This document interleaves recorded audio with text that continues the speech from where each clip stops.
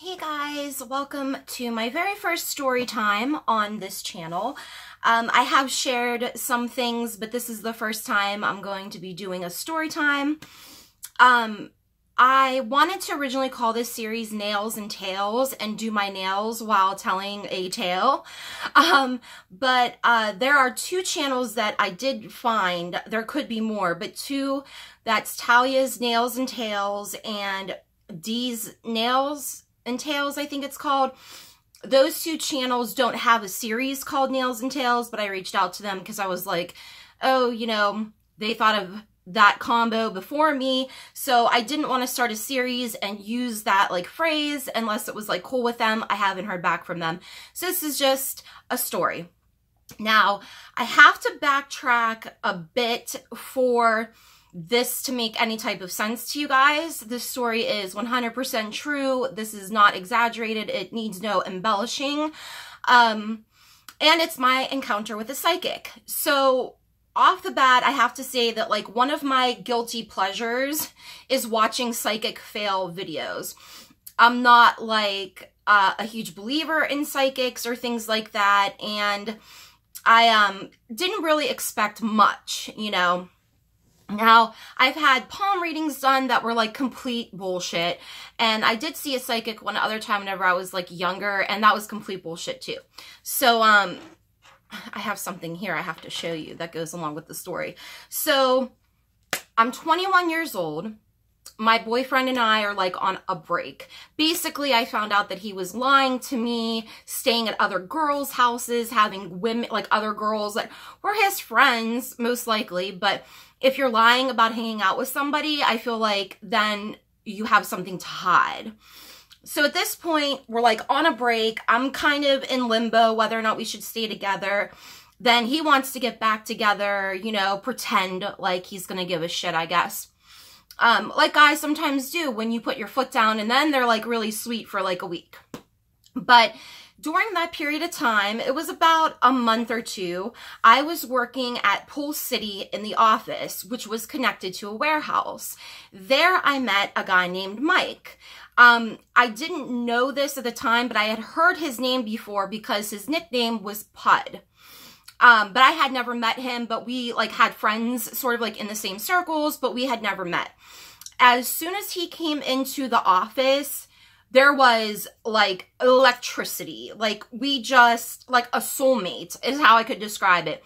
Even though, you know, we weren't like boyfriend and girlfriend or anything like that. It's just we had like this connection, you know, when you're in the same room with somebody and you feel that little heartbeat and stuff. So we ended up hanging out. Well, the first time we hung out, there was actually a guy that I used to date that I was friends with that worked in the warehouse as well. And he asked me one Friday night, what are you doing? So I'm going to this place called the Praha because my brother's band is playing. And Mike ended up showing up there with Brandon, a friend that I used to go to school with. So we were cool and stuff. And I was like, I wonder why he's here. It had to have been because he overheard me say I was going to be here, you know? From that point on, we hung out a lot. We would go to Wenzel's, and every time I would be waiting for him to get there, like the bar Wenzel's had like a dungeon where like the bathroom was. Every time I would be waiting on him, I would go downstairs and come up and boom, he was there. It was just this attraction. It was just something, you know, like this dude is special. We went to go see Damage Plan play like 6 or 7 days before Dimebag was murdered. At that show, he got me a Shadows Fall shirt and he like threw it at me. When we would do like nice things for each other, it was almost like this, I don't know, like a joking way because we really liked each other, but we didn't know, like, it was kind of like a will they, won't they kind of thing. There was a time when he came over with my friend Rachel on Thanksgiving evening, and they had a King of the Hill marathon on, and I have a tendency to say and such, and he would make fun of me, and he'd be like, oh, you're killing me, Smalls, which is like one of my favorite lines from one of my favorite movies, The Sandlot. So we had like all these little things, and I would always steal his socks and whatever. So he came over with Rachel, and Hank on King of the Hill said, "and such." And I was like, see? He was like, what? You know, and we thought it was funny. I don't know. I guess he had to be there. And he asked me for a lighter, and he said, like, you know, could you hand me your lighter or whatever? And he was sitting up on my bed, like against the wall, and I was sitting in a chair. And I said, I would prefer not to. He threw his pack of cigarettes at me. He was like, what? Bartleby, I thought I was the only person. I'm the only person that like knows that movie and stuff. We just had a connection. One night, Rachel and I went to where he worked, and we covered his car in Post-it notes that said, "You're killing me, Smalls," socks, "will they, won't they," like just like little other like inside jokes and stuff. And I felt like he was my soulmate. And one way or another, he was supposed to be in my life, whether it was going to be romantic or, you know, whatever. I remember nicknaming him Creepy Mike because he showed up at the house one time when I wasn't here. And he left a napkin note in the back door saying that he was there and signed it Creepy Mike. And I still have that because... about not even a year later or so, like I ended up getting back with my boyfriend, and we kind of lost touch with each other. About 2 weeks before this incident, we were supposed to actually hang out again. But I woke up one morning, this was in November, and he had died in a car accident. And I was like shocked. And when my boyfriend called me that day, I told him, and he knew that I was like seeing him, not so much romantically, but like hanging out with him, with Mike and all this stuff. And he laughed. Like, that's how disgusting my ex-boyfriend was. He laughed, was like, oh, that's great that somebody died. It was just, it was craziness. And I just felt like this loss, even though we weren't in communication as much, you know, like I would think about him, and I don't know. It was really sad. And that I guess there was some drama going on with like the viewing and things like that. So I didn't get a chance to do that. So it kind of makes you feel like you don't want to see somebody that way, but then you don't really have that goodbye, you know? I should mention on Thanksgiving, we were talking about, like, I remember I called him like my angel because I was severely like in a bad place when I met him, and then it was just fun, you know? And I remember talking about like dying. I don't know what it was. We could have been watching like a paranormal show about like ghosts or something, but he made the comment. Now, hanging up in the bedroom, I had like this little kitty chimes. They kind of look like Hello Kitty. There's 4 of them, and they're up on the wall by the vent. So sometimes they would like make a noise, you know, but mostly they were just there for like decoration. My mom got them for me when I was super little, and I like them for sentimental reasons. So I had those there, and he said, if I die before you, I'm going to come back, I'm going to haunt you, and you'll know it's me because I'm going to make those things spin around and annoy the shit out of you. That was the first thing. So about 2 or 3 weeks or so after his passing, I came out of my bedroom. I'm half asleep, so that's an explanation right there, but it was very weird. So I come out of the bedroom, and like I saw him. Like I just walked right around him and went into the bathroom and was like, wait, what the fuck just happened, you know? And I came running out of the bathroom. I'm looking around. I was like, I swear I saw him. I swear he was standing there. I walked around him, you know? It was insane. So not too long after that, it was, I want to say it was coming up on like the springtime. So it was like a few months later. And those little kitty chimes were going crazy. The vent was closed. I never saw them spin in a circle before. They would kind of like blow a little, and they were so loud and so irritating. And I remember saying, Mike, knock it the fuck off, like just joking around. And it wasn't too long after that where they stopped, but they were kind of still like turning just a little bit. So those were just like a couple of strange occurrences. I'm sure it was probably a breeze or whatever, you know what I'm saying? And it was probably me being half asleep, maybe having a dream about him. But I really saw him. Like I really walked by him. So then comes June. He had passed away in November. So in June, my brother's in a band called Ferris Bueller's Revenge. They play like all over the city. They were doing the Second Chance Prom, which was on the Gateway Clipper on a boat, you know, wear your 80s stuff. They're like an 80s cover band and, you know, just have fun. So in support of him, myself, Rob, my boyfriend at the time, got tickets, and so did my mom and my sister. And I think that was about it. But I had told my friend Beth about it. I was like, you got to go, you know, be like really fun. So the day of, my boyfriend says that he's sick. He wasn't sick, but leaves me hanging, you know. And I was pretty cute back then. There were a couple of fellows that would have gone in his place. But I just went, you know, with like my family. So on the boat, they had free caricaturist. I don't know if I've ever said that word out loud, or at least it has been a long time. So, and they had palm readings, and they had a psychic. They had different things that you could do, like different activities in between music, you know, all that kind of stuff. So it was free. Stood in a line about 20, 25 minutes. Now, my friend Beth was, I don't know if she was in line too, but she was definitely like around. So was my mom. So I sit down with the psychic, and he takes my hand. And at the time, now this ring looked a lot better because it was fake silver, but at the time, this ring was very shiny and silver, and it would only fit really well on this ring finger. So he tells me that I'm engaged, and I say no, that I'm not.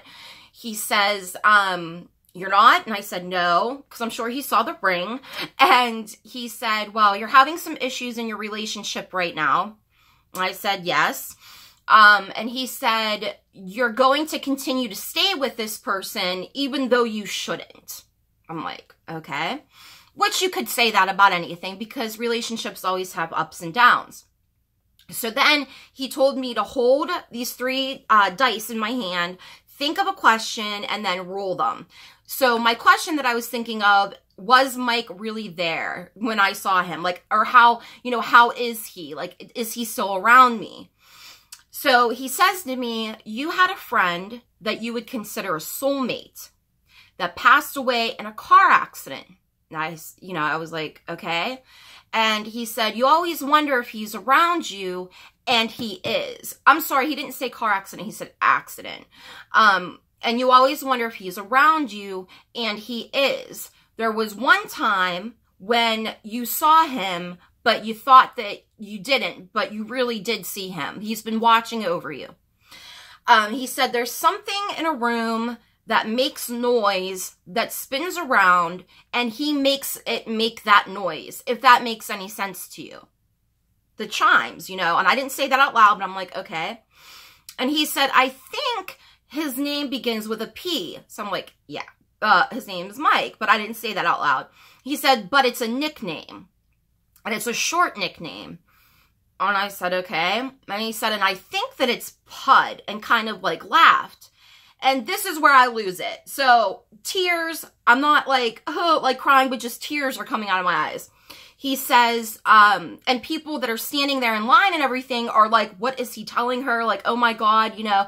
He said, just so you know, he is at peace. He is with you, and he felt the same way about you that you felt about him. That was that. I was like, okay. I stand up and I'm like shaking a little bit. Like I'm shook. Before like shook was like a thing. I'm shook. So I go into the bathroom because I had makeup on and stuff, and I'm crying because I'm like, what the hell? So Beth comes into the bathroom, and she's like, what the hell did he say to you? And I told her, and she was like, because she knew him too. And like she was starting to get choked up and everything. And I was like, this is insane. Like I cannot believe that he would know these things. Like, people passing away, okay, an accident of some sort, that's common. Pud is what got me. Who would think of that being somebody's nickname, you know? And I was just floored by it. It was the first time I ever thought, wait, like maybe people like know some stuff. I didn't see this guy beforehand. I didn't tell him anything. I wasn't talking about anything like in the crowd. Like nobody knew that that Mike was even on my mind, you know? And a lot of people didn't know me or didn't know who he was, you know what I mean? So it was something. And I've always held on to that experience of like, okay, well, I'm sure there's an explanation because I'm skeptic about that, but that he knew that, like, I thought I saw him. Like, he knew about something. He would make noise. You know, it was just so crazy. But it gave me like this comfort, you know, that I hadn't had since he passed away, because I wasn't able to, you know, say goodbye, and, you know, just lots of regrets and things. You know, sometimes you take people for granted, and sometimes you don't take a chance that you should have taken, and you regret that as well. But to know, possibly know, that this was real, that maybe he is around me, you know, it's something that I hold dear to my heart. This is the first time I think I've talked about it, well, first of all, in a long time, but to a wide group of people. So when I put a poll up on Twitter about what kind of story you guys wanted to hear, all of them kind of got the same amount of votes. So I'm just going to go down through all of them. I figure on Saturdays and Sundays, if there's no like drama going on or something, this is when I would just do like a sit down and do like a story time.